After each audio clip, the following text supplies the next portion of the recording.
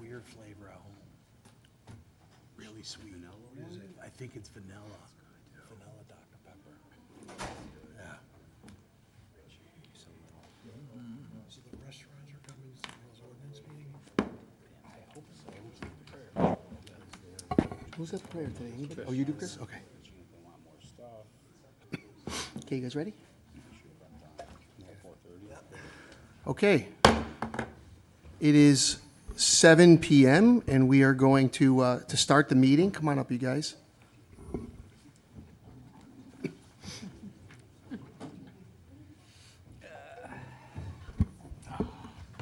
All right. You guys, if you stand up, they'll see you. You can stand right here. There you go. There you go. You can hold this too, okay? All right. Here, you can start the meeting. Ready? Hit it once. All right. The meeting is started. Madam Clerk, would you please call the roll? William Diedzik.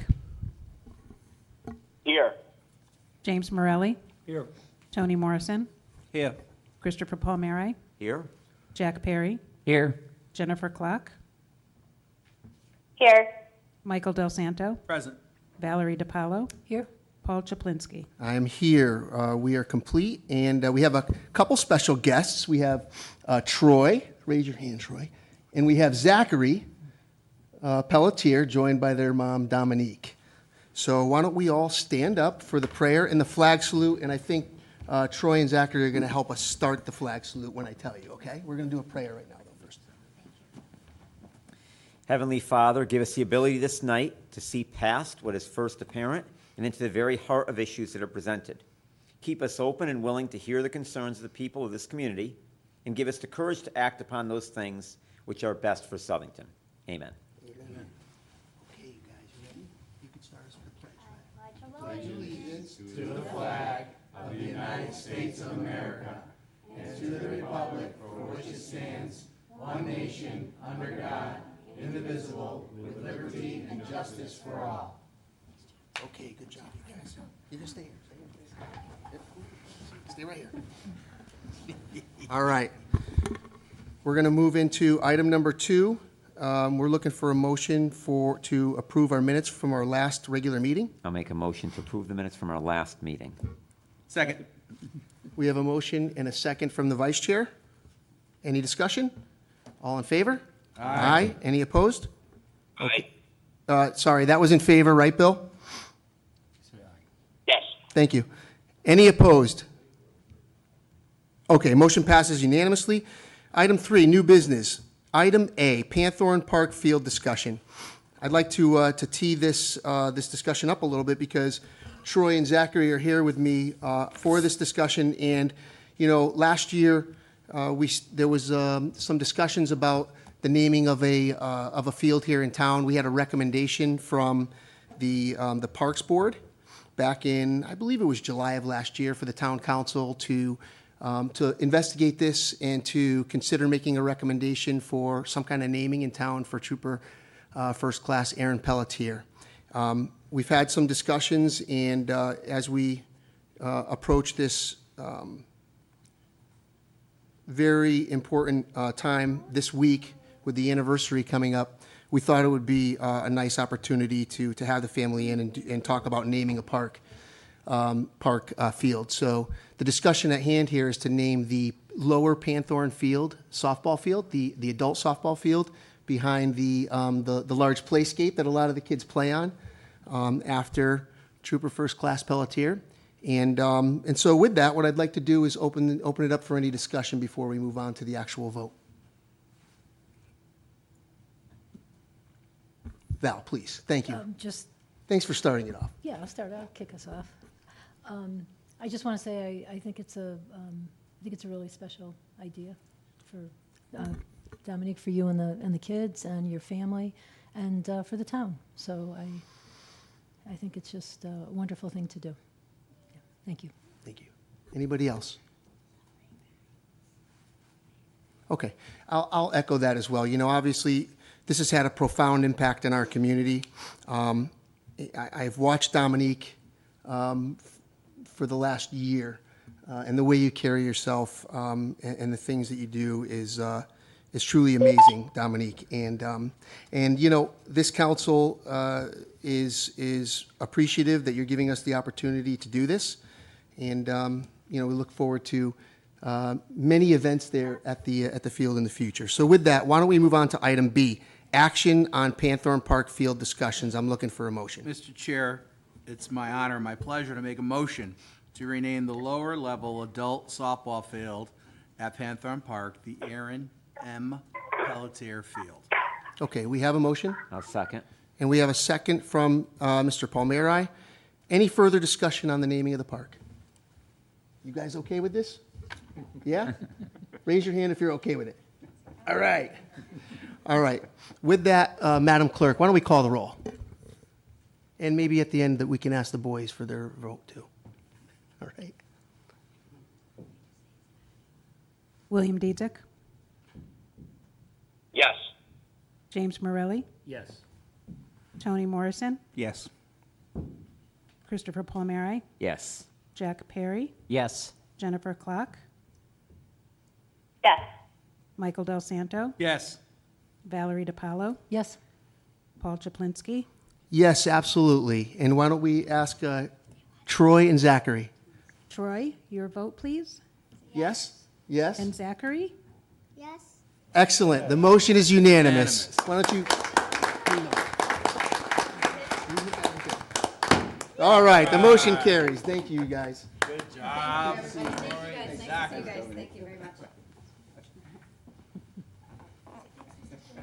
Oh, wait, Dominique, I have one last thing. I wanted to give the boys a pin. Handshake. Here, guys, one more thing. See Mr. Paul. This is for you guys. Wear that with honor and pride. See you guys. Yeah. Yeah, thank you. I love it. Thank See you you very much. later. Thank you. Okay. Good night. Thanks for coming. Okay. Good stuff. Okay, it is 7:07. We'll continue the meeting under item number 4, IT vendor contract presentation. And Mr. Town Manager, I'll turn it over to you to tee up. Thank you, Mr. Chairman. We have our IT Director, Mitch Cugliati, here. Mitch is going to give a presentation on our current state of our network town-wide and plan going forward. And the council knows this is a very long-term IT build-out from the ground up, but this, I believe, is Mitch's first big priority to be able to implement what we want to implement. Right now, we don't have the roads, the tunnels, and Mitch is going to talk about how we're going to get those roads and tunnels. Wonderful. Thanks for coming out, Mitch. We appreciate all that you're doing and looking forward to the discussion. Happy to be here. Floor is yours. So as Mr. Town Manager already kind of alluded to, this is the foundation of our IT infrastructure. It all starts with the network, internet, outbound, and also inbound, how the buildings talk to one another. So when I first arrived here in Southington, I sent out a survey to all department heads to fill out, and an overwhelming majority listed that their most important thing to them was the phone system. Having residents able to call in, report a problem, talk to them, and ice over any problems that may have kind of arose. And with the current infrastructure, we're seeing remote sites dropping calls quite frequently. Right now at the highway department, I believe phone calls get to be about 3 or 4 minutes and then they just cut off and die completely. We have some reoccurring internet problems at the Calendar House, the highway department, and even water pollution control, to the point where we're sending town staff out there once a month simply just to reset a modem. And the reason for all that is all of our copper infrastructure that is providing phone and internet service throughout the town. Back in the day, copper used to be the best thing, but now it's all fiber optic cable. And the reason behind that is when the weather changes, when these cables get buried, because they're made of copper, the elements really have a severe impact on them. They're stretching, breaking, causing all sorts of mayhem within the network. Switching over to fiber optic, it's all glass and light. So at that point, we're running at the speed of light, and we should be able to future-proof our entire network. So not only get what we need now, but also expand into the future. With all IT projects, networking is the core and foundation. Without networking, without the internet, we're pretty much isolated on a remote island without able to get in and out. As departments are looking to transition to more cloud-based software that is no longer hosted internally on our servers, lessening our infrastructure costs, the internet becomes much more important, and also the bandwidth behind it, how much internet we can utilize all at once.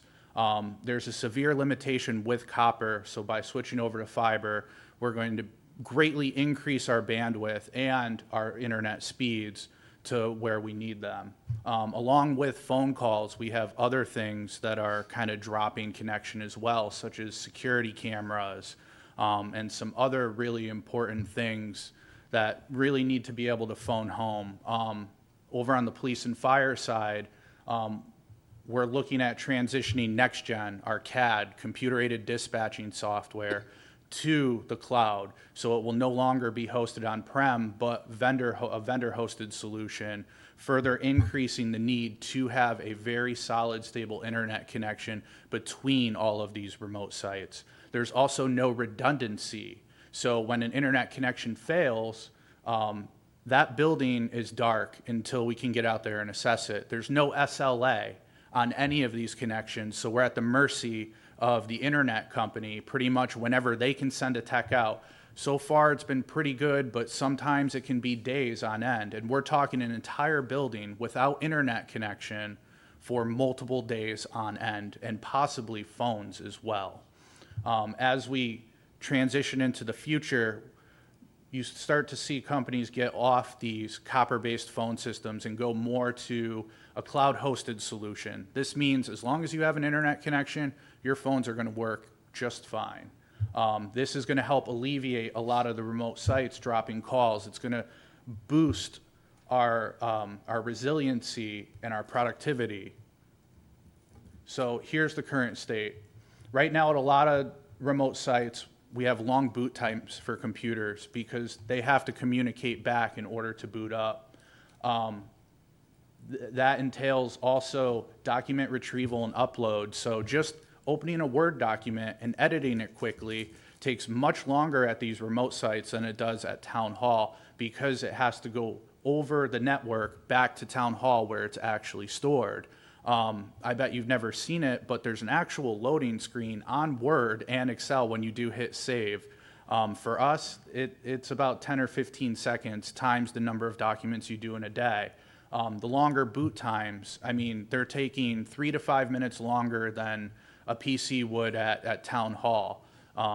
You know, you don't normally have to boot your PC up too much, but it's going to happen at least 4 times a day, right? When you come in the morning, when you leave for lunch, get back for lunch, and then leave at the end of the day. So all these kind of things are really starting to add up, and it's greatly starting to affect productivity. So the proposal is to simply run fiber to every building. This will allow us to increase internet speeds slowly, controlling the costs, so we don't have to pay for something we don't necessarily need right now, and we can get it really dialed in to exactly what we need. Unfortunately, I mean, there are a few tests you can run to give you a ballpark of what you need, but there's nothing out there that's going to tell you exactly how much internet you need. So this is the next best thing, slowly increasing till we get a stable connection between these remote sites and then stopping there. An SLA, a service level agreement. So if something does happen and it goes down, then the internet company has 4 hours to fix it. Otherwise, our monthly bill is free. It gives them some urgency to get out there to fix it instead of us just sitting around in the dark waiting for a tech to have some free time. And then also implement an ELAN solution. What this is going to do is it's going to allow us to get rid of some of the hardware that we have at each of these sites.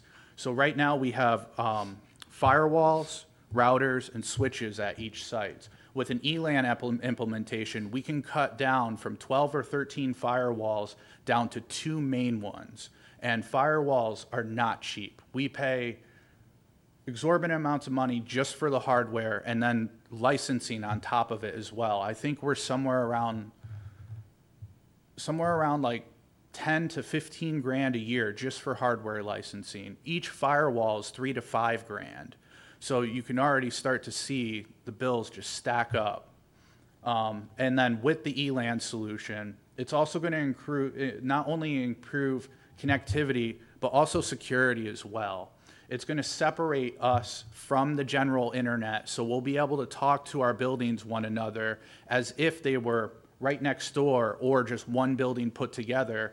So we'll have the security and connectivity of being in one building, yet still spread apart. So how much does it cost? Can't be too cheap, right? Believe it or not, it's a lot cheaper than you think. I sat down with 4 of the major players in Connecticut and I asked them. So you'll see some differing in some proposals here. Cox and Granite, we only got to 6 buildings because I started with our 6 main buildings to start building out this solution because much like you guys, I was very skeptical of the pricing. I didn't think we'd ever be able to afford this, nor would it really make sense. So once the pricing started to roll in and we started to get a good idea of where everybody sat, we kind of just picked the 2 that would make the most sense and gave them more and more buildings to see what the entire build out would cost. So right now at Frontier, it's about 76 grand a year, plus installation costs for all the buildings. So thousands of feet of interduct has to be run inside these buildings. We have to drill exterior holes to give them entry points. We have to put mounting points on the side of buildings. You name it, the installation is on us. And then there's GoNet Speed, who's $10,000 a year cheaper for the same amount of buildings, and they incur all installation costs. The only thing we would have to worry about is plugging it into our architecture. And then at that point, it gives town staff more time to focus on restructuring the network.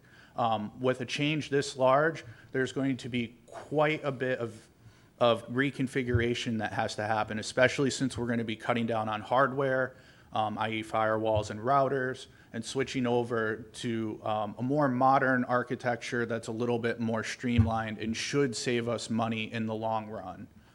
So we are going to be spending a little bit more each year for internet, but in turn, what we're going to get out of it is so much more. We're going to be able to cut down on hardware costs that right now we can't get out of. We absolutely need them. This is the device that separates us from the internet and keeps us safe. Routers, right now, all they are is just handling phone calls. All of them are end of life 2028, and I believe we have 10 or 12 of them. And I haven't looked at the price of the router because I'm planning on trying to replace them at least, but I would estimate that at another $3 to $5 grand a piece. So we're looking at $30,000 to $40,000 in router investment, probably the same in firewalls, and then there's the licensing on top of it. So as you can see, it does make a lot more sense just to go this way. We get the connectivity and security that we need, yet we're still going to be able to lighten some of the load towards the budgetary items. And here's my recommendation. GoNet Speed offers the cheapest price with the best security and technology. So we can be confident that not only are we going to have more security and connectivity, but it's also brand new hardware maintained by GoNet Speed, given to us by GoNet Speed. All we have to do is pay that monthly bill, and they'll keep it up to date. ELAN for improved security and connectivity, and also reducing hardware and licensing costs, streamlining our network, reducing our overhead, and just getting more on a subscription-based model with everything, saving us money in the long run, and always allowing us to stay on the latest and greatest technology, which will keep us ahead of the security curve. A 4-hour SLA, so a service level agreement where some of these ISPs or internet service providers have skin in the game. You know, it's in their best interest to get out there and to fix these as soon as possible, otherwise our monthly bill is free. Also, if they see reoccurring problems at the same site more than 3 times, they're going to get out there and do a full root cause analysis of the problem so it goes away permanently and doesn't come back. Reduce the number of firewalls we have deployed. This just makes good financial sense all around. And no installation costs. You know, this is a very, very large change for the network town-wide. And we're going to need all hands on deck in the IT department to really facilitate this and make it happen, especially in a seamless way that a lot of users won't even realize what's happening around them. So by taking the installation costs or installation away from the IT staff and letting us focus internally where we really belong is more beneficial to the end user and ultimately the general public. So that's really all I had today. Thank you, Mitch. Thank you. We'll open it up to the council members for any questions. Tony? Yeah, just a quick one, Mitch. So what determines how you deploy the firewalls in the new environment? Anywhere with an internet connection. Yeah, all right. So it's the main device that separates the interior of the building from the public internet. So anywhere that we have a public internet connection, we need a firewall. So that way we can keep the bad guys out and our data in. So you'll have 2 firewalls, which are that, essentially that cusp where, you know, between the inside and the outside. Okay. Correct. And so right now, every building has its own dedicated internet connection, therefore a firewall. When we switch over to the ELAN product, we'll have 2 main internet connections. When one goes down, the other one will backfeed the network for redundancy. And we only need 2 firewalls, one at each internet connection, because that's where data is egressing out of the network. Thanks. No problem. Chris? Just a question on your pricing. For Frontier and GoNetspeed, you got a quote for 12 buildings. Cox and Granite? Yes. It's only for 6 buildings. Why only 6 for 2 quotes and 12 for the other? So at first, I was skeptical about this product. I didn't think it would fit here. I thought it would be too expensive. So I started with the 6 main buildings just to test the waters and see where we were at and where all these other people stood as well. So we went around with the 6 buildings, we got quotes, and then we started to lean into it and dig heavier. I didn't really think there would be much of a cost difference, and I've confirmed with Cox and Granite there isn't a cost difference. It's this much price per building, and that's that. So I already saw them getting out of control. Here, I'll go back to the slide.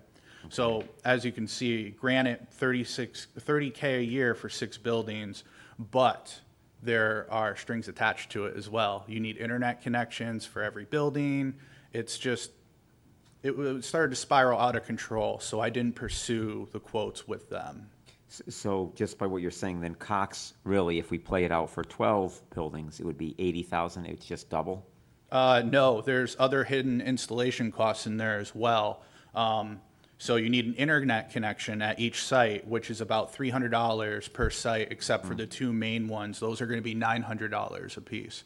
So realistically, it would be about $5,000 more on top of that 80,000, going to about 8590, and that's not counting any of the installation costs that may happen as well. Okay. And then Granite, again, it's, you put down here, it's,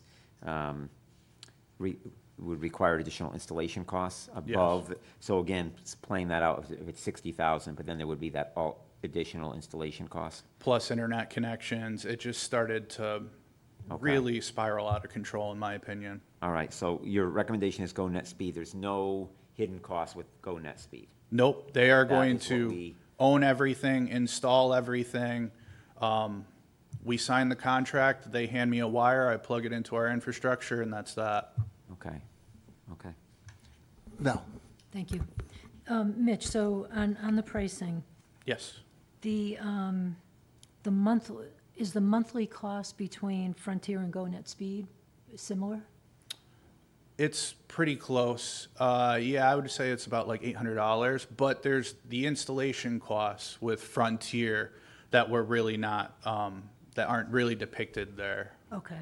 Yeah. So so we have the monthly amount, but, so they're giving us the first 4 months free, which keeps us under 50,000, is that for the monthly? When you say So, first yeah, year, it would- total under 50,000, that's the total cost to us. Yeah, for the first Everything. year. So there is a monthly cost to it, but I kind of scaled it up to yearly because I figured it would be a little bit easier to digest. Yes, they are willing, it's $66K a year. But in the first year, they're willing to give us 3 or 4 months free, which would lower it less than 50 grand. We're still kind of kicking around ideas, so I don't have an exact number of what that would be, but I do know it's less than 50,000. Okay, so in the first year, it's great, we're looking at maybe keeping it under 50,000. Can that really jump in the second year? No, we would be signing a multi-year agreement with fixed increases. Oh, like a 5-year or? Yeah, 5-year, I think they're proposing. Okay. And the reason for the multi-year agreement is that GoNet Speed has to do infrastructure build-out on their end as well, and they don't want to do this massive investment in us just for us to turn around and walk away, Right. which I think is completely fair. Right, okay, so at least we would have the 5-year. We would know We what can the go costs long, are- we can go maybe longer too. But I don't know if that, you'll have to determine if that makes sense, right? Right, and I've talked to GoNet Speed quite a bit about this, and they're happy to put out clauses at certain steps of the way within the contract in case we aren't happy. So even if we did sign that 10-year agreement, we can do something after 6 months that says, hey, if we're not happy, we're going to leave. Or every year at the renewal, we have the decision to leave, no harm to us. And I think they're pretty happy with an agreement like that, and we can most certainly keep exploring that. Okay, I think that would be good. Yeah, thank you. Jack? Thank you. So Val touched base a little bit on the contracts. Obviously, them giving us 4 months free, there's obviously there's a contingency of a contract. Now, when you were comparing the other vendors, did you discuss contracts? Were they similar terms? Because obviously, if Cox was 1 year, they may be drastically higher versus a 5-year. Yeah, so with Frontier, we discussed terms a little bit. They aren't open to anything because they're on the state contract, so they abide by those terms. The other vendors, we didn't make it that far. Cox was initially proposing a 3-year agreement, and I believe Granite was as well. So it is all pretty comparable. The only difference is that GoNet is at like a 5-year contract, where all the rest are 3 except for Frontier. Frontier's a year to year. Okay. Yeah, I think going with fiber, I did it with my business locations and the staff, everybody uses internet. And we were getting, cloud-based softwares, so they were getting bumped off, lagging. Then you're trying to call, figure out which end it's, static IP issue, this issue, that issue. So once we went fiber at our 2 locations, it was tremendously a lot better, no issues, and productivity definitely increased. The only thing I would emphasize is definitely look at the contract terms because, after 5 years, the installation's already done. It may be a turning point that maybe Frontier's a little bit more aggressive trying to, or the state contract changes, or a longer-term contract with GoNet so that they have it, but again, there's got to be a cost savings to the town. Sure. Or it's got to just make sense, if that makes any sense. Sure, and I think if you look at it from an overall big picture, there may not be immediate cost savings, but in the long run there are. All 12 of our routers are going to be end of life 2028, so we have to begin that project like now. And that's probably $5,000 or $10,000 a year investment at least. We can stop paying for our dark fiber, which is $15,000 a year. The hardware costs for the firewalls, I mean, that's the big one. You're looking at $20,000 or $30,000 in savings on top of the licensing.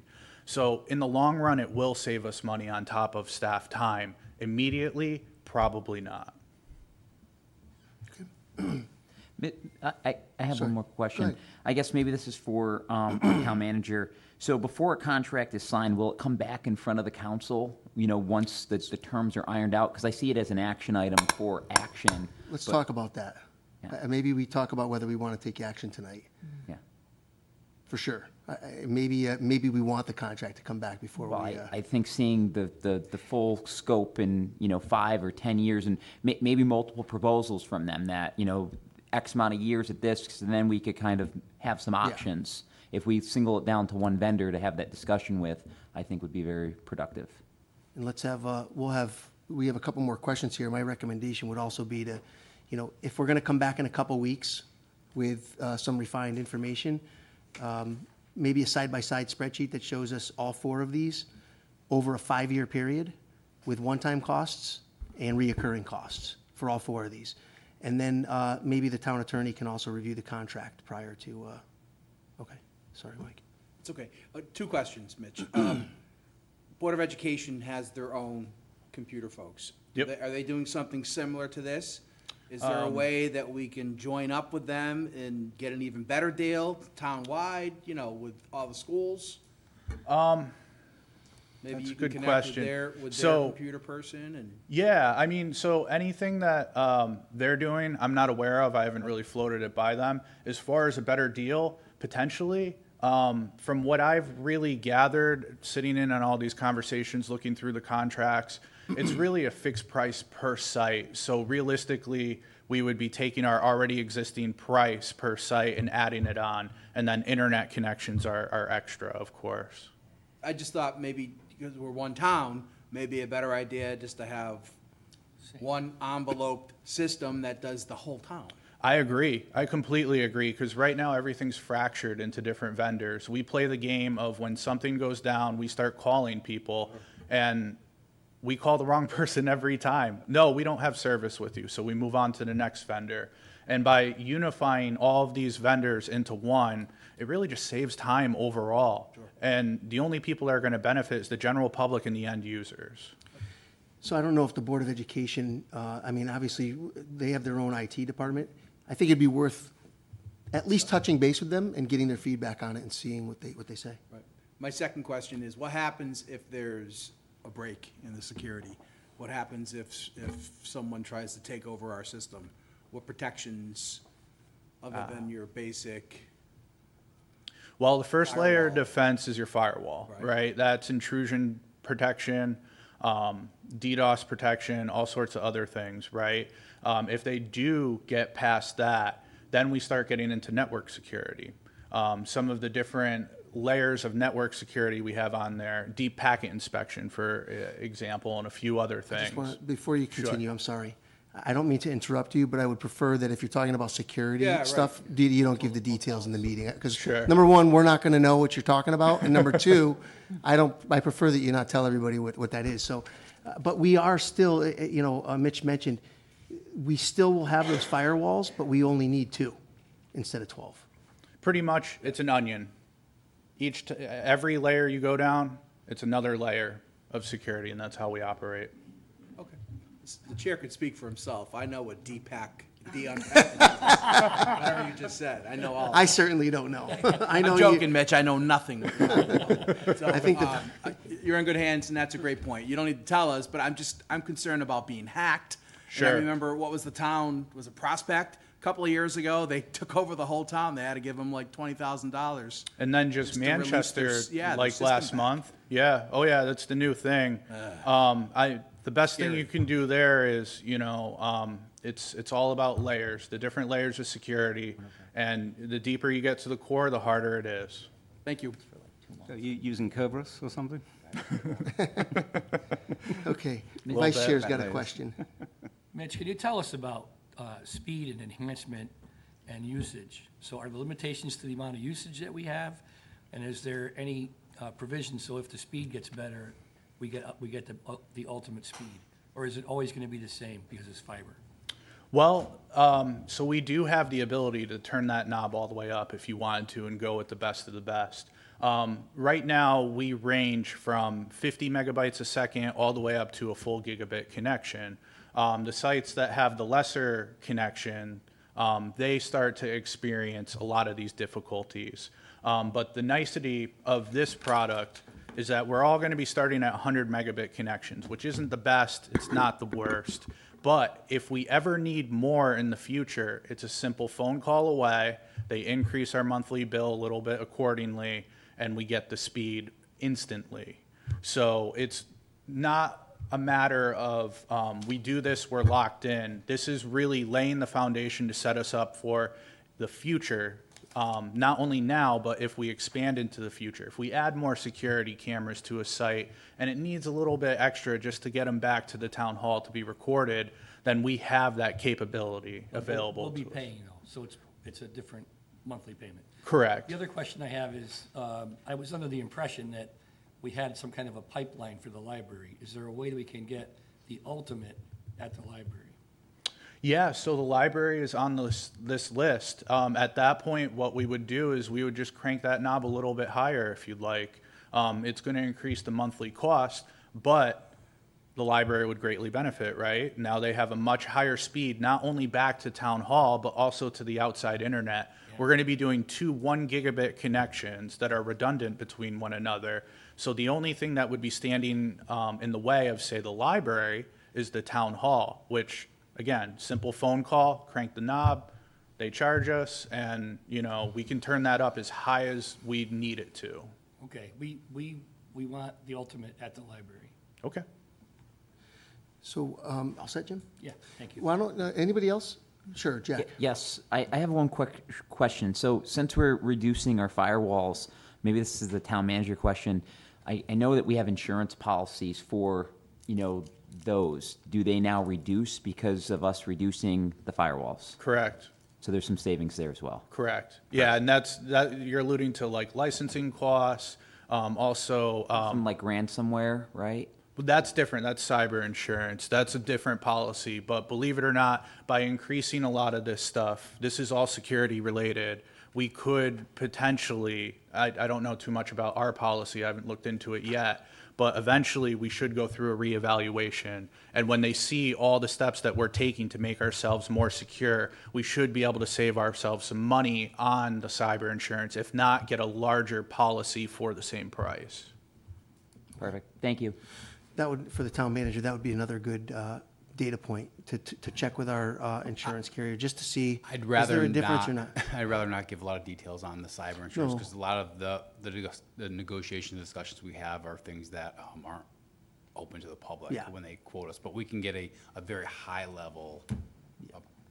Yeah, keep numbers out of it, because bad actors, that's the first thing they look for. How much And if you do get ransomware, whatever your cyber insurance is set up, that's the number they're asking for. Right, so you can, I mean, if you had to brief the council on security High level. matters, we could do that as well. And then the last request that I would make for the next meeting, if you could please get, if you can reach out to some municipalities of the state with some testimonials who have made the change from copper to fiber, and just find out pros and cons.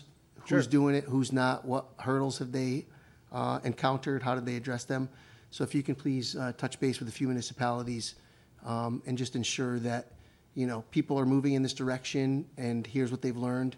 I'd like to also hear some of that back at the next meeting. So I'm actually a testimonial behind it as well. We used it at figured you were. we used it at DOT. We set up the whole ELAN infrastructure and everything. So all the remote DOT garages are actually able to kind of phone home to the main DOT building over in Newington. It's a phenomenal product. It's offered by Frontier. They use Frontier. Phenomenal product. Works great. Zero headaches. The DOT network was very, very robust. Yeah, and to that point, if Frontier is a better product that's, more reliable, and it's, $10K a year more, but it costs us a little bit more in one-time cost, we'd like to know that as well. Sure. If you can please, bring that at the next meeting.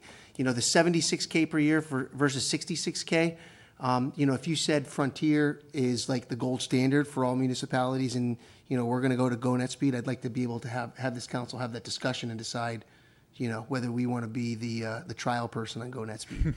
I know that's probably not the case, but if you could just please, call a number of our peers, talk to the state again, and bring that information back, we'd appreciate it. Of course. Thank you. Any other questions? So I would expect probably during the action, we'll table this until the next meeting unless you, okay. Okay, thanks, Mitch. Thank you. Thanks, Mitch. Thanks. Okay, we're moving on to item 5, councilperson communications.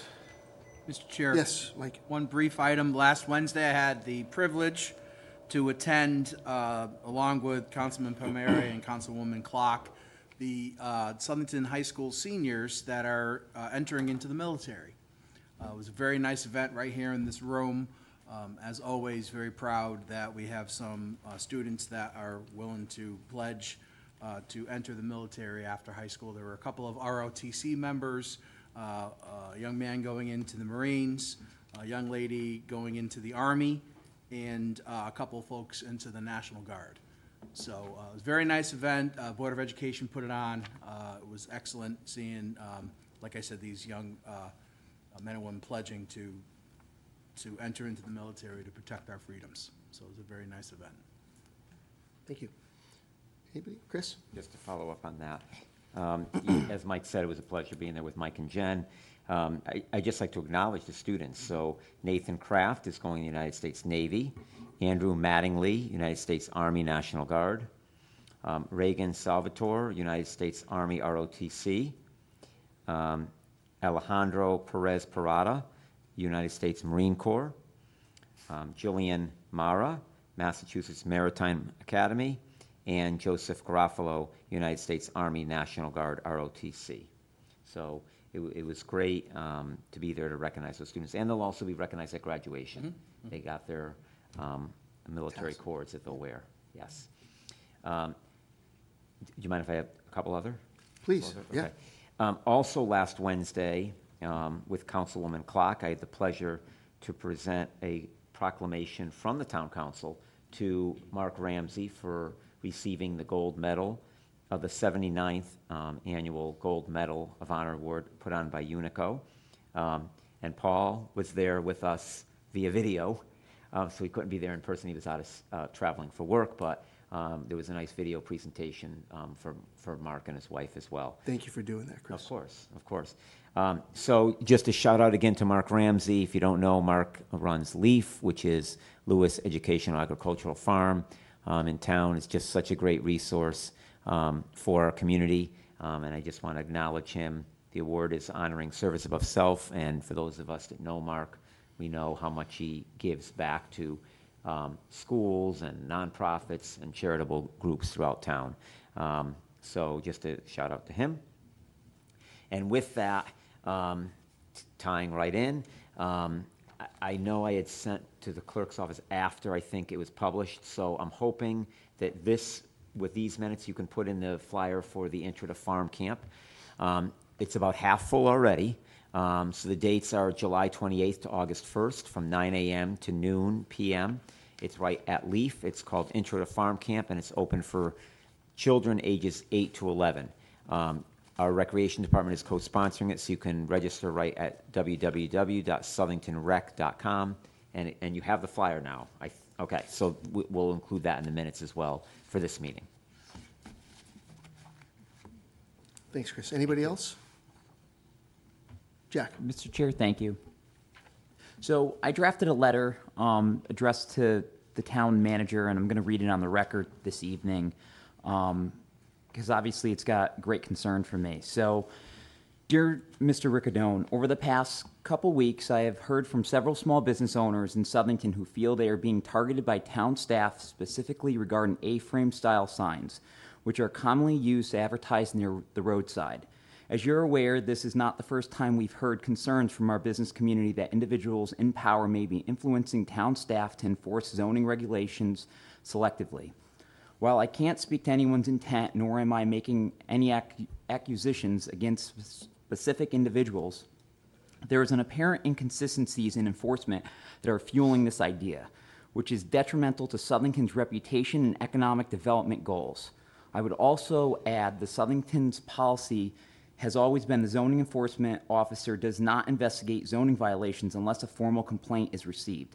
To my knowledge, no formal complaints have been lodged regarding the A-frame signs, nor have I seen any indication in meeting minutes, agendas, that the town staff has been directed to alter this procedure and initiate enforcement of these signs.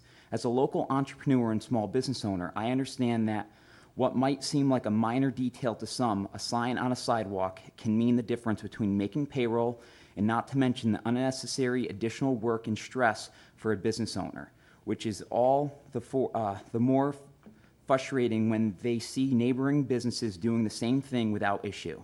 I would like to understand if a directive was given to begin proactively enforcing these signs, how violations are being identified and actions taken, why there are inconsistencies. Driving down Route 10, I regularly see at least a dozen of these signs in proximity to the businesses that have faced recent action.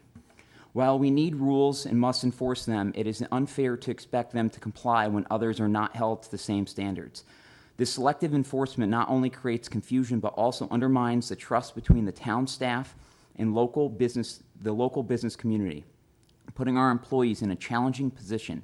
I'd hate to see us lose more staff at the hands of directives like these. I also have concerns about the town's liability if targeted businesses fold or experience financial losses due to unfair enforcement practices. I urge you to investigate this matter promptly and provide the full council and public with a detailed report of the findings regarding this issue. We must address this issue fairly and transparently, ensuring that all businesses are treated equally under the law, without any bias based on irrelevant factors, and we must do so publicly, not internal emails or behind closed doors. Our taxpayers will forgive imperfection if we are trustworthy and they are engaged in these opportunities for improvement. I appreciate your attention in this matter and look forward to your prompt action. So, I don't know if other members of the council have gotten some phone calls. I'm not going to start mentioning businesses that, may have been targeted, may have not been targeted. But I think that, this needs to be looked into and see where this is stemming from, because it's concerning when business owners feel that they're being targeted and they look out their door and they see another sign in close proximity and they're not held to the same standards. So I'm just got huge concerns if we're putting our town staff in that position as well, that we're picking and choosing winners at the end of the day. Mr. Chair, Thanks, yep, Mike? can I just speak on that briefly? Only because in my many, many years on planning and zoning, signs are always an issue.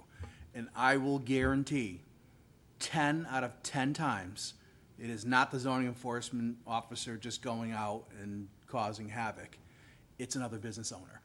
It's a business owner dropping a dime on another business owner, say, hey, why is that A-frame sign out there? Why is that lighted sign? That's always been my experience in dealing with sign issues.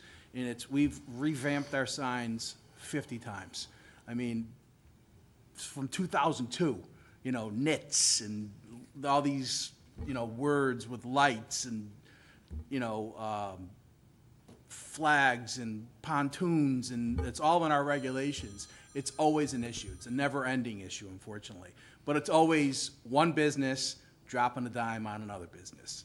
Well, which, if a complaint is coming in and it's formal, then obviously that could kind of be weeded out, or then that business knows they're being targeted maybe by their competitors. I don't think anybody should be able to anonymously or ask any elected official to task town staff, just like what we do at this council. We go through the town manager. We don't go to department heads. Right. We established that a few years ago, and I think that works very well. Because it allows it to kind of just funnel in the appropriate way, and there's no pressure at that point or somebody misunderstanding what's being said. I agree with you, and not to belabor this, because I know we got to move on.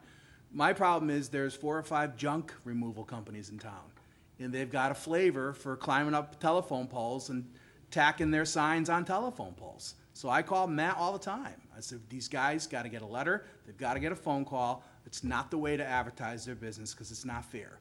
Everyone should have, a level playing field.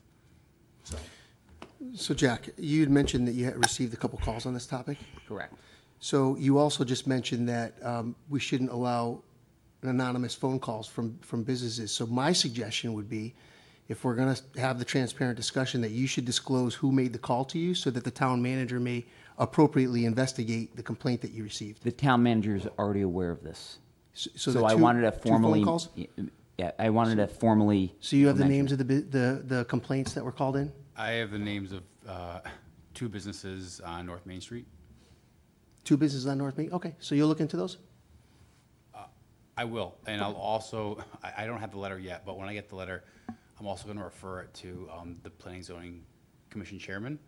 I'm not saying it's not a town council issue, but I definitely This think is a zoning regulation it's issue. Yeah. huge. I mean, Mr. Perry brings up some really good points, and the Planning Zoning Commission really should be spearheading this, and then kind of a report back to here before the council. Yeah.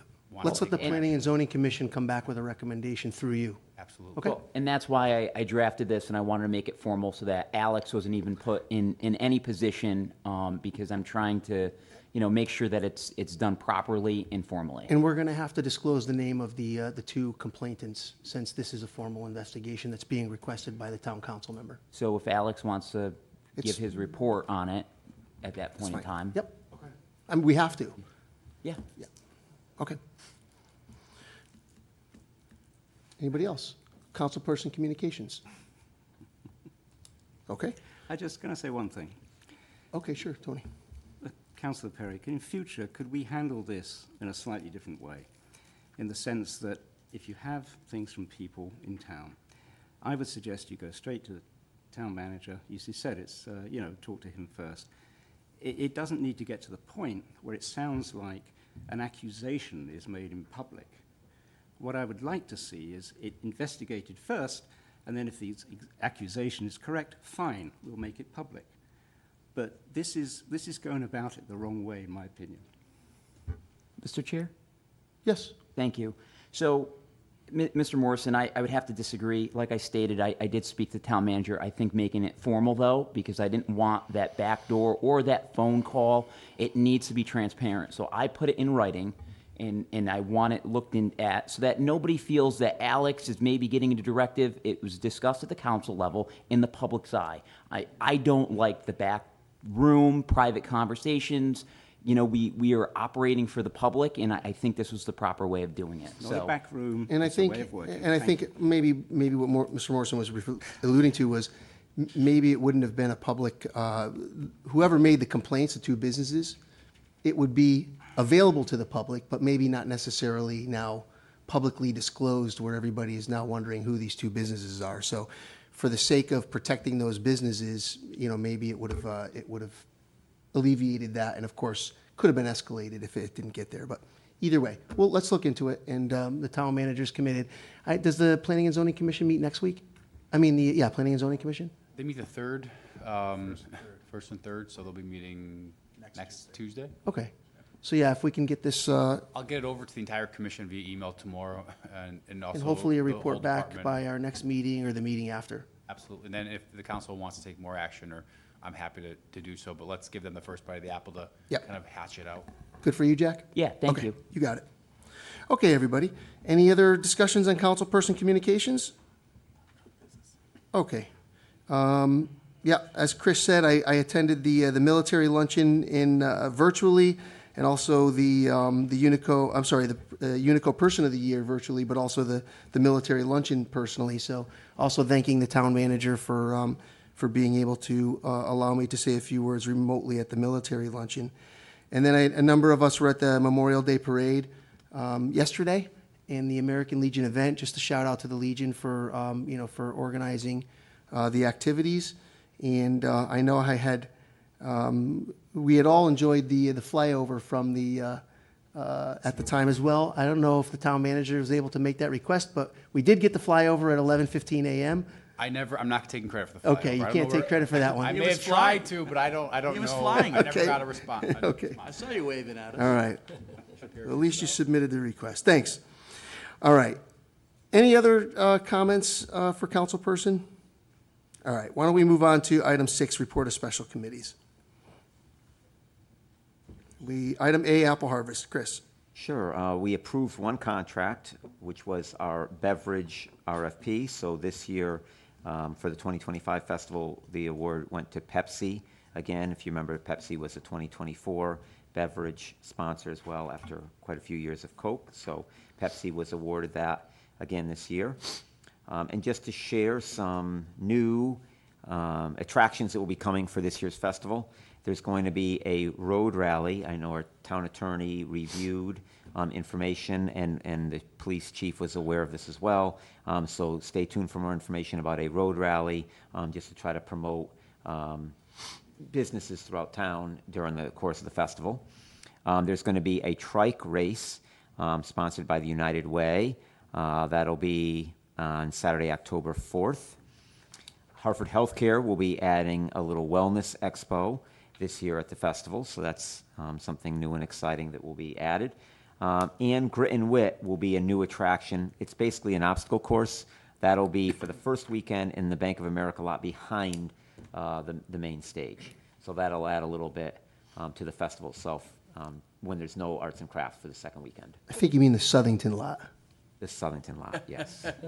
Formerly the Bank of America Thank lot. you. Yes. Okay. Thanks, Chris. You're welcome. Any questions on the apple harvest? Could almost smell those fritters. That's right. Almost. A few months away. Item B, self-insurance. Tony? They were unable to get a quorum, so the meeting was cancelled. Okay. Any questions on self-insurance? Okay, hearing none. Town managers report. Item 7C, report of Board of Finance. Thank you, Mr. Chairman. The Board of Finance met right after the last budget meeting, and We're going to rename these A, B, C, D, okay, under town managers report? A, B, C, D. If that's okay with everybody? Item A. Item A, and they set the mill rate. So the mill rate, as for the first time ever, was set, it was bifurcated, because the state of Connecticut has a cap on the motor vehicle rate. So the motor vehicles mill rate was set at 32.46, and the personal property and real estate mill rate was set at 33.21. Okay. There is some good news in those minutes, if you did take a look at them. Our investment income is up $1.7 million over budget. So we're doing really good. We did lose some revenues from some grants and some other things, but all in, we're running over budget on our investments, so we're net to the positive. So we're doing pretty good right now. So hoping we can keep the momentum going forward. Any questions on the report of Board of Finance? Just one Chris. quick one. Can you elaborate, Alex, a little bit more about the van for the calendar house? I know we discussed it at the council level, and they didn't approve that. They want more information. Can you elaborate on that? So the town council subcommittee, transportation subcommittee, made a recommendation that we use the undesignated fund balance to purchase a approximately $80,000 mobility van for the calendar house. It doesn't require CDL, and it'd be good for the one-off, the onesie twosies, where we have to bring someone in a wheelchair or who's not that mobile out of town, where we don't want to bring a whole bus to maybe Farmington, Glassbury, West Hartford, West Haven. They received the request generically, but what they really want is, before they touch the undesignated reserve balance, they'd like a member to come from the transportation subcommittee and just give a presentation, because they really do feel that taking that money out, while it's relatively speaking only $80,000 over a $20 million fund, they want to just make sure they have a full accounting and facts before they make that recommendation to do so. Okay. So at the next Board of Finance meeting, there'll be somebody there to present. Great. If I can also ask, I think Mr. LaPre was involved in the initial request on this a year plus ago, year and a half ago maybe. So it would be good to make sure that we touch base with either him or I think Dawn, right? To ensure that we're aligned on the calendar house needs and the specifics, along with the transportation committee. Absolutely. Mrs. Sargis is planning to attend. Perfect. And I'm gonna beg and scream that Councilman Morrison comes as well. Okay, Thank you for inviting me. thank you, Tony. Most appreciated. Any other questions on report of Board of Finance? Okay, then we're going to move on to new item B, old item D, 295 Landing Street sewer swap. Thank you, Mr. Chairman. On the line, on the conference line, we have our town engineer, Mr. Jim Capone. In the audience. Jim, are you with us? Yes, I am. Mr. Okay, Chairman. thanks. Just doing a double check. Thanks. Absolutely. And for the presentation, we have Attorney Brian Maccarello, if he wants to step up. As you may remember, this was in front of the council a few months ago. There were some questions about state of Connecticut approvals. So I believe Mr. Maccarello is going to discuss the state of Connecticut approvals, Mr. Grappone is here for any questions. There are some housekeeping issues that are in the ordinance that once the approvals are in place, have to be done. And Mr. Maccarello has let town staff know that his applicant has agreed under the ordinance will pay for the fees for all the engineering work after the fact, but I'll let them talk about that in his presentation. So, Mr. Maccarello. Good evening, Mr. Chair, council members, staff. I'm here tonight with Seb Bavino. Frank Vergola is with me behind us if you have any questions for him. However, very short, thanks to Mr. Capone's efforts, Attorney Riccardone, Attorney Martaccio, we were able to receive a certificate of registration since we were here last from the Department of Energy and Environmental Protection. It's signed. We also, as a result, with the town, my client entered into what's called a community sewage system agreement, which after tonight, if the council approves, will find its way to the land records in addition to the other items that have to get done. Namely, there's an amendment to the sewer service map. That'll get done by time bond. Yes. 3 items that'll be done by time bond. All those items, the cost will be paid for by my client as well. And then, assuming we receive approval tonight, we will be off to the Planning and Zoning Commission for the modification of the site plan. We're modifying it to replace the septic with the sewers. And then the 30 units that were approved, they were 15 duplexes. We're just splitting those out to 30 separate units. So nothing's changing other than the sewer in that respect. Anything else, Seth? Just general information. Seth Bovino, planner of Kratzer Jones, represented the applicant. The property is 11.21 acres, has 927 feet of frontage on Lanning Street. It's located in the R-rated zone. The request is to extend the sewer line about 350 feet from the west, going up the hill to the property line. It is represented on one of the sheets on my set of maps, sheet P3, which is the road profile. The sewer swap is occurring with a parcel of land that's located at 1316 West Street. It's 31.18 acres, and it's on R40. The details of the swap, you're aware of it, so if you have any questions, I'd be glad to answer. Maybe just for the record, if you could just state the number of the number of bedrooms that are going to be added into the sewer zone and how many are being removed. We have 30 units, 2 bedrooms each, so it's 60 bedrooms. That's being added? That's being added in, and how many are being taken out of the sewer? 1.2%. It's a 1.2. 1.2 multiplier, I think it was 76. Right.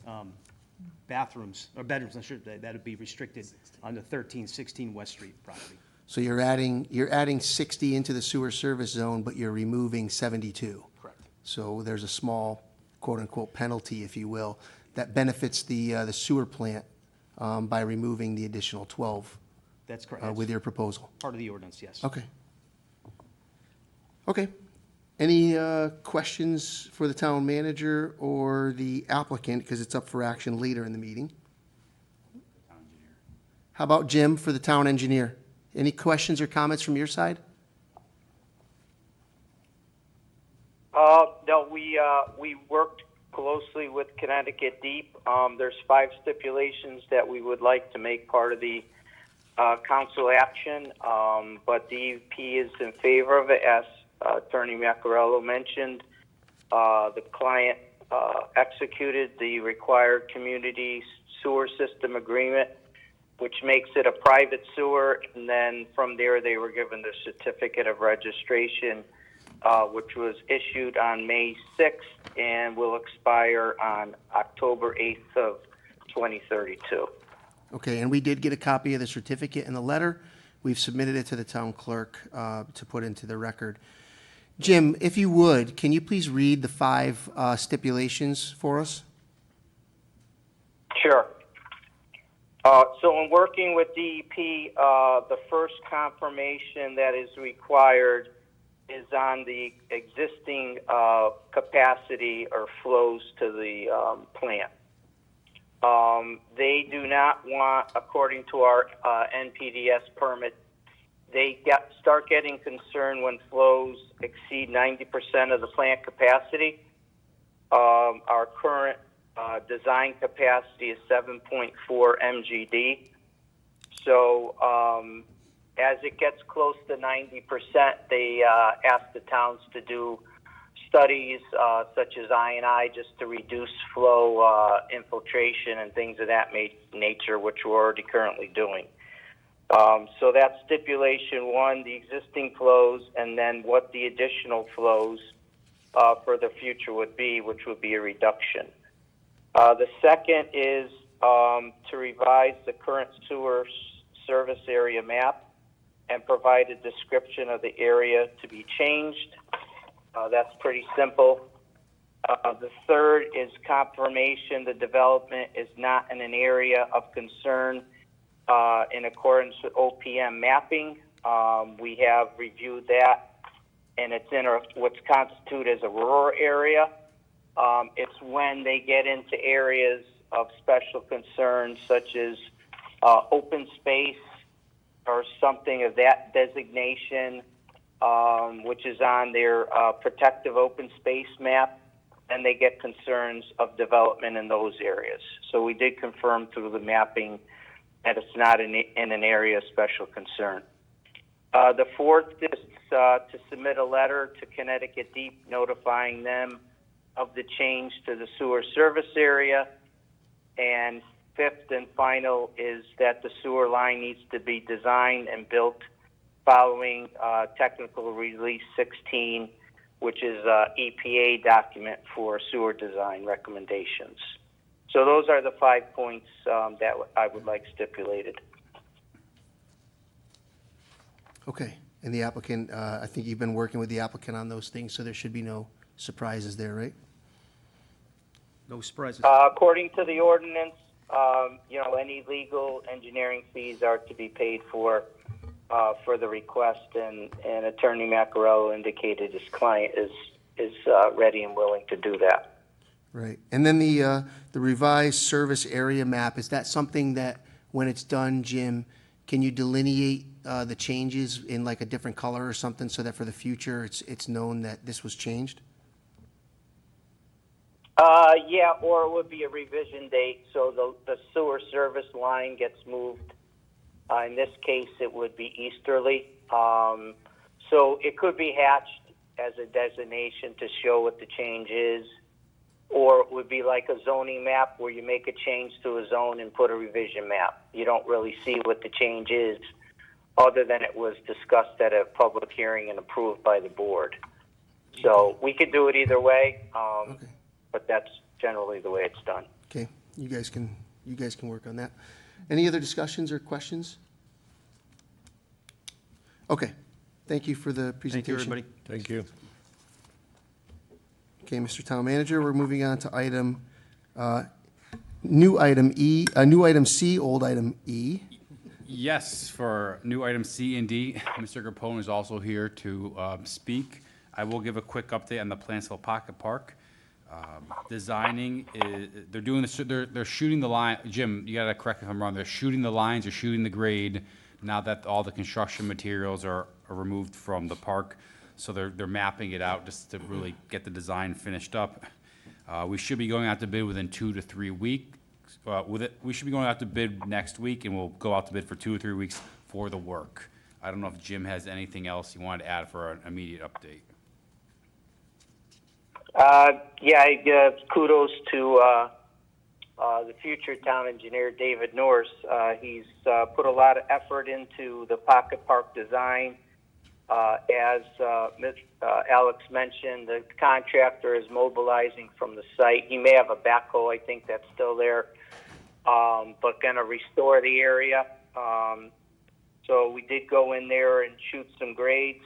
David did a design of the parklet, working on some lighting plans, which were sent off for review of staff, and the council chair has looked at that. So I think it's ready to just get the word out from the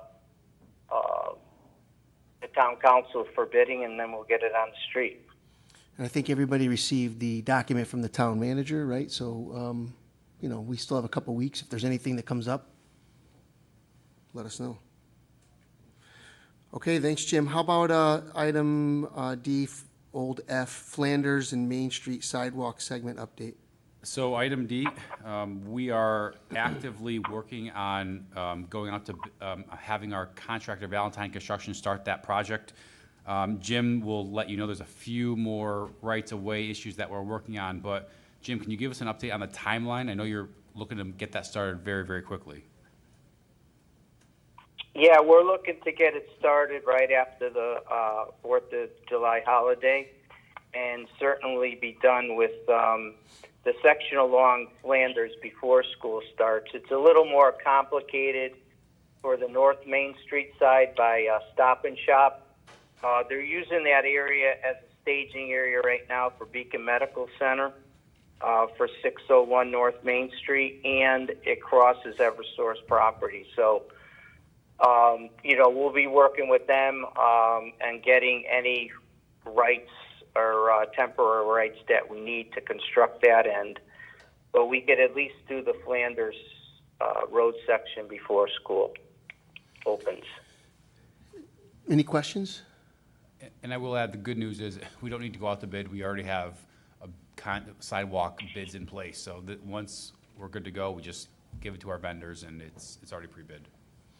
Jim, on the Eversource property, is there any reason if we're going to work on easements, is there any reason why we couldn't ask to get the easements going on the Eversource property in parallel?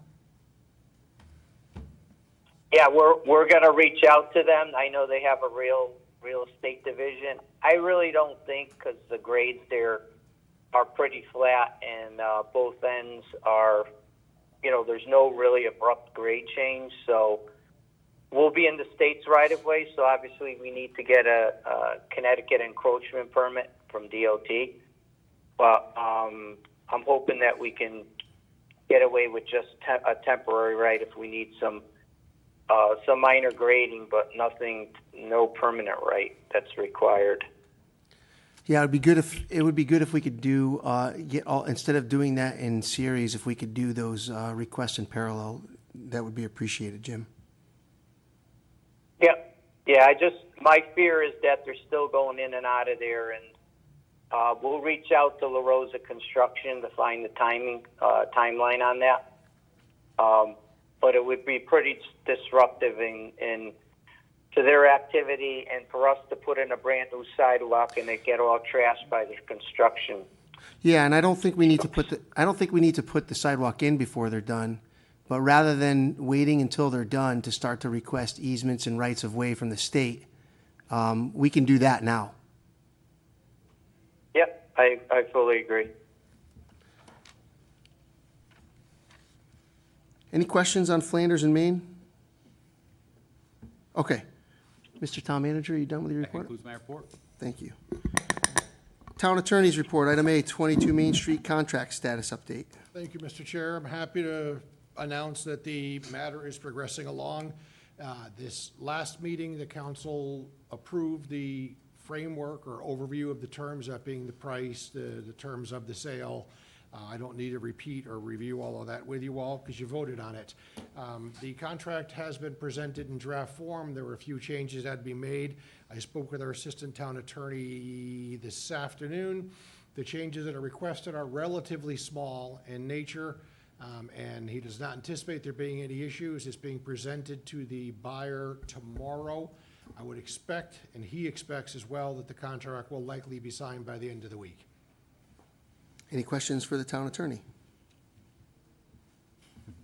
Okay, hearing none. Moving on to item 9, public communications.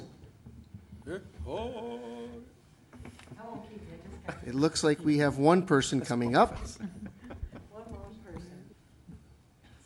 Former chairwoman and Reverend Victoria Triano. Thank you for your service, everyone.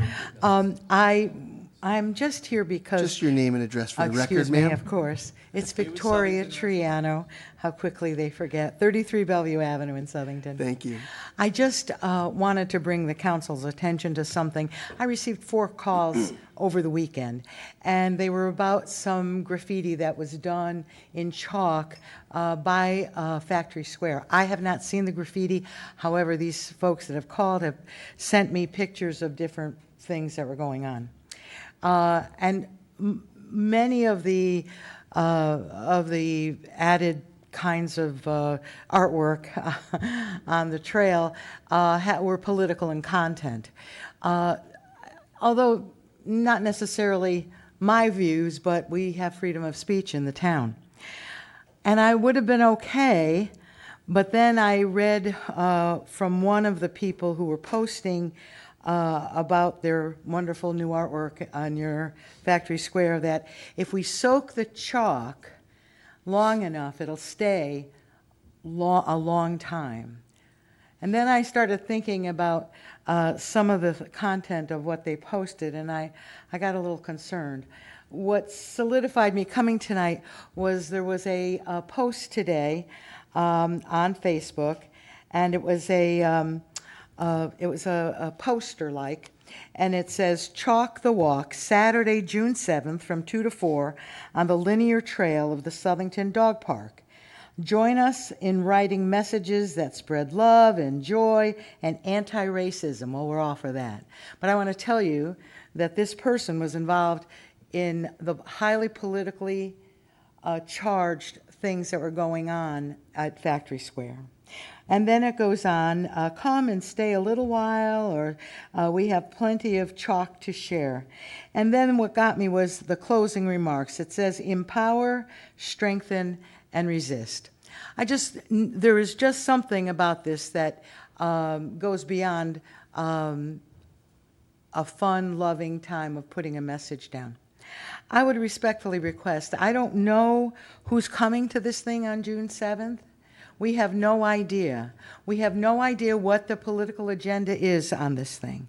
And in any time that in Southington that we have a group of people that want to get together to gather on the green or gather somewhere to make their voices heard, we always tell them to speak with the police department to make sure that they get the approval from the PD in case an officer is needed at the site.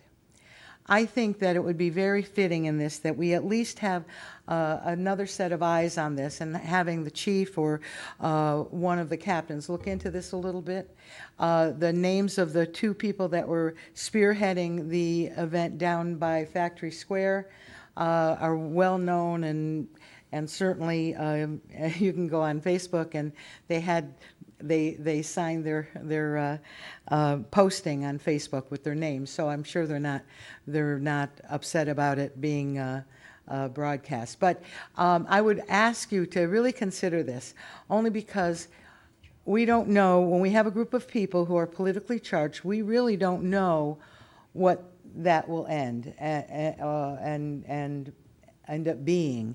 So I just think for safety's sake, for our residents, I think it would be very important to do that, because there's so much more than just a day of spreading love and joy and anti-racism. There's another agenda obviously going on. So just as a word of precaution, I would just think that perhaps we should, maybe Mr. Chairman doesn't have to go through the whole council, but I just think that to be prudent in all of this is that we just have them look at the situation and sign off on it. I think it would behoove us to do that. That was all I wanted to say. I've seen all of you at a bunch of different functions over the last couple of weeks, and so that's all I have to say. Thank you. Thank you. Thank you, everybody. Thank you, Madam Chairwoman. Mr. Chair, it was said the trail next to the dog pound, but I think she meant dog park. Dog Park, Yeah. near the municipal center. Say dog park. I'm so sorry. That's correct. Thank you. So I know that, Mr. Chair, any other members of the public who would like to speak? Any other members of the public? Okay, we're going to close public communications to the town manager. Maybe you can just bring it up, and maybe Ms. Triano can send the town manager the correspondence so that you see the names of the people that you mentioned, and maybe have the police department look into it and determine what's appropriate. Also, if it's town property, I know we usually require permits for gatherings and political rallies. So I would ask you to look at the town policy on permitting for these type of activities as well. Okay. The children just love to chalk.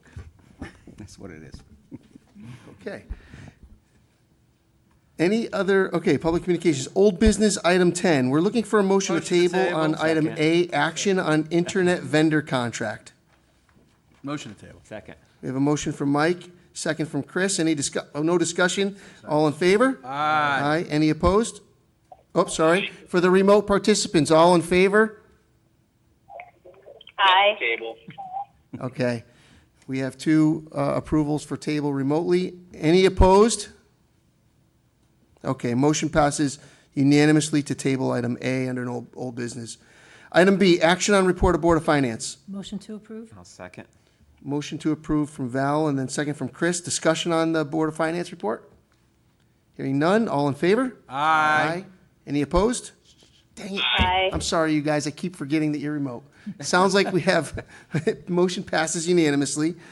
And then item C, action on 295 Lanning Street sewer swap.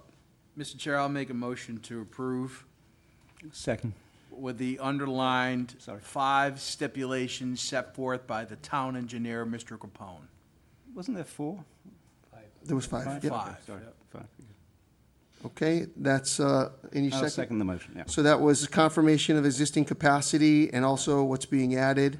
Revise the sewer area map, confirm the development is not an area of concern, submit an offer to a letter to DEP on the change of the map, and then it must be under the Tech Revision 17, Tech Release 16, sorry.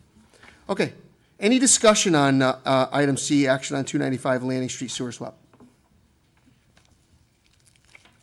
Okay, Madam Clerk, can you call the roll? Dedzek, Yes. Morelli, Yes. Morrison, Yes. Palmieri, Yes. Perry, Yes. Clock, Yes. Del Santo, Yes. DiPaolo, Yes. Chaplinsky. Yes, motion passes unanimously. And now we're looking for a motion to move into executive session under pending litigation and barring the public and the press and including our town attorney and 2 attorneys representing us in the case. So moved, Mr. Chair. Second? We have a motion to second, and the town manager, sorry. We have a motion to second. Any discussion? All in favor? Aye. Aye. All right, any opposed?